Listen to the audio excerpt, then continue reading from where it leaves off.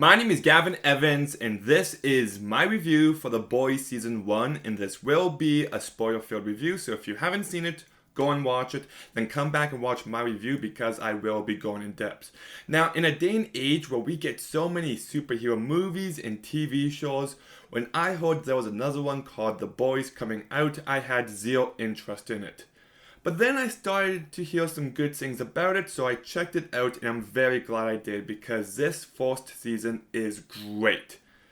Like, it's probably the most realistic take on a superhero because if superheroes did exist in our world, they would be treated similarly as they are in this show. They would be treated like celebrities and be assholes behind the public's back. They would be branded. They would have competitions to see who's the fastest of them all.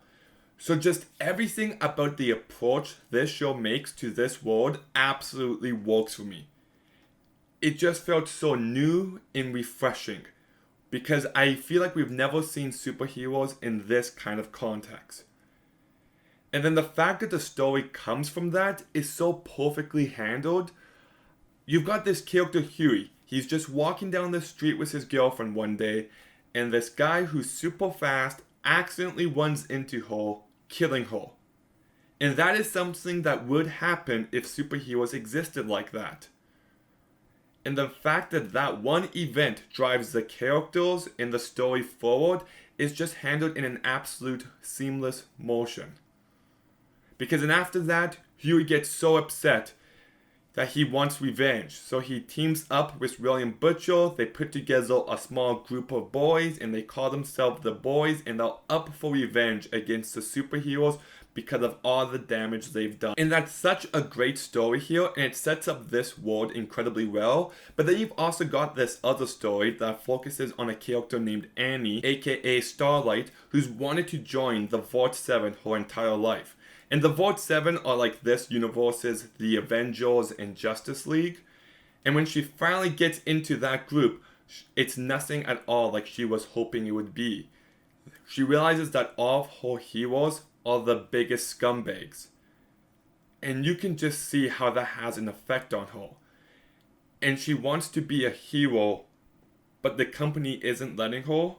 And that just makes you able to root for her a lot more and hate the bad guys a lot easier. And she wants to represent herself in a way the company won't let her. And then she also starts a relationship with Huey, and I think their chemistry is incredibly cute. You root for them, but because they're on opposite sides, there's a bit of conflict between them, and it makes these characters all the more interesting. So I love the fact that the story of this season comes from the world and the characters. And I think that was the right way to approach it. And this show has got a lot of cast members, it's got a lot of characters, and everyone stands out in some kind of way. Jack Quaid, who plays Huey, I think doesn't get the recognition he deserves. He is the humanity of this show. And I love how the first scene introduces him as this guy who didn't ask out his girlfriend. He can't ask his boss for a raise. He's a bit of a coward. And he gets put in certain circumstances where he's forced to raise to the occasion. And I love how after he gets the $45,000 from Vault, he just whips it up. It just makes it easy to root for this character. And then you've also got Erin Moriarty, who plays Starlight, and this is another underappreciated performance in this show. I think she does a really fantastic job, and she just represents the good in another setting entirely. And like I said, I think those two are really good together. And then you've got Karl Urban, who I think gives his best performance ever. He is so great here as William Butcher. He's a tough badass who looks out for himself first.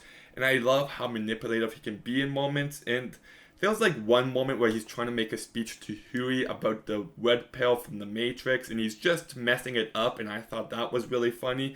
And you also understand where this character comes from.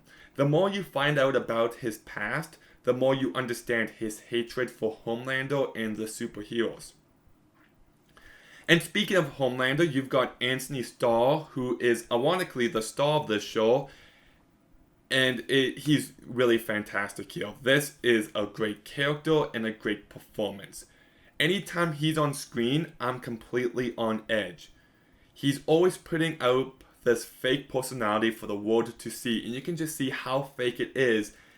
And then he can snap with a snap of his fingers and become this dark, sinister guy who you just feel for the life of everyone who's in that room. He's completely ruthless when needed, and he's such a great villain for this first season. There's also one thing he does a lot that cracks me up, is that he always says to everyone, "You're the real hero," but he does so ironically because they really do nothing, and I thought that was really hilarious. But there was this one scene where him and Queen Marv go to save these people on an airplane, and basically the pilot accidentally gets killed, and the plane's going down, and he just gives up. He's just wanting to leave the plane. And that moment is so horrific and haunting and just incredible stuff. Like, that is the best scene of the show so far. And then you've also got Elizabeth Shue. Not Elizabeth Boot, but Elizabeth Shue. And I think she's great here. Her relationship with Homelander is really weird, but she knows that he's submissive to her, and she uses that when needed. Then you've got Dominic McElligott, who's fine as Queen Marv. I don't think this is a performance that ever stands out, but I do like how the character is written in specific moments.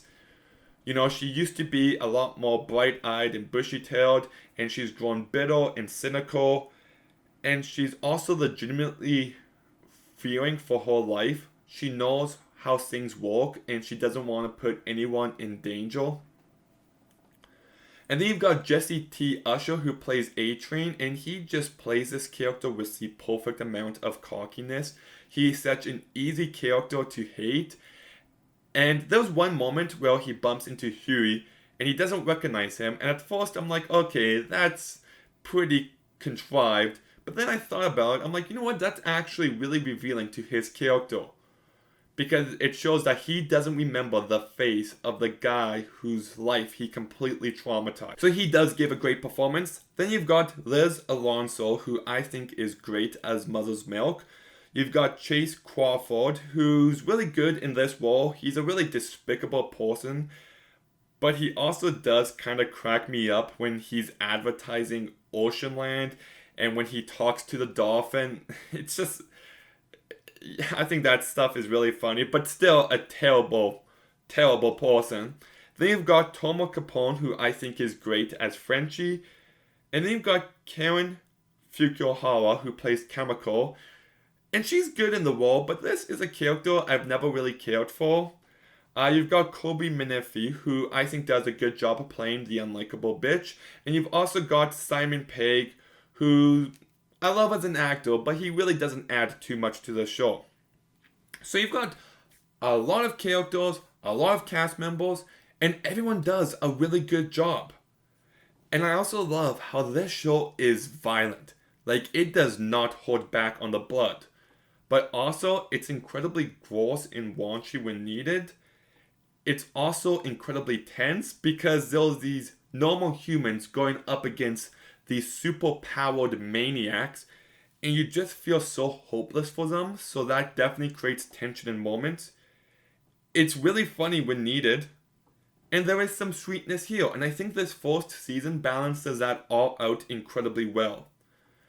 I also think this show has a great pilot, and if you know me, I typically don't like pilot episodes, but I think it does a great job of setting up the story, the world, the characters, so that was really well done.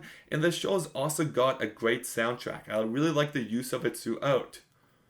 So for the first season of a TV show, I think it's great. I think it sets up everything so perfectly, but it's not without some issues. This isn't a popular opinion, but I've never liked the whole Compound V element to the story.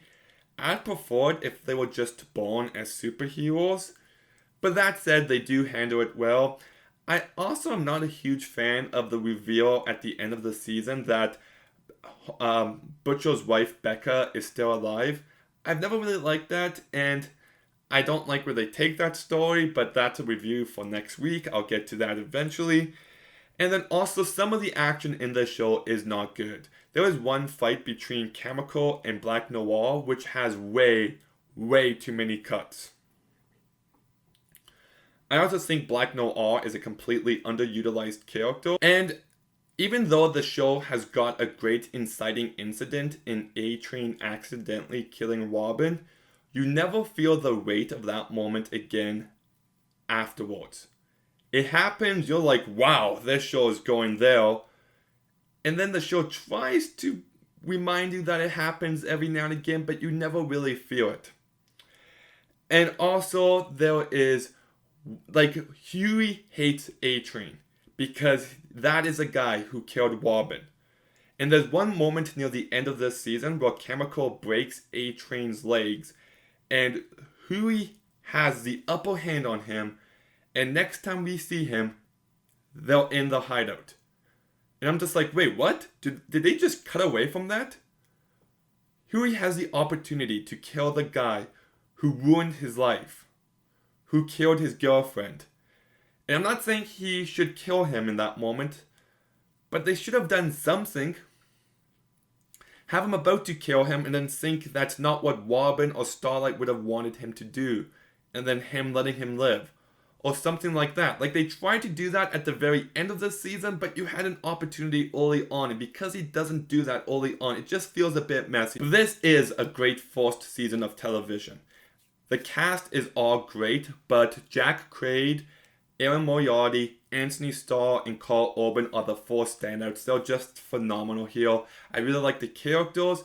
I love the setup to this world and just how different of a take it is on this genre.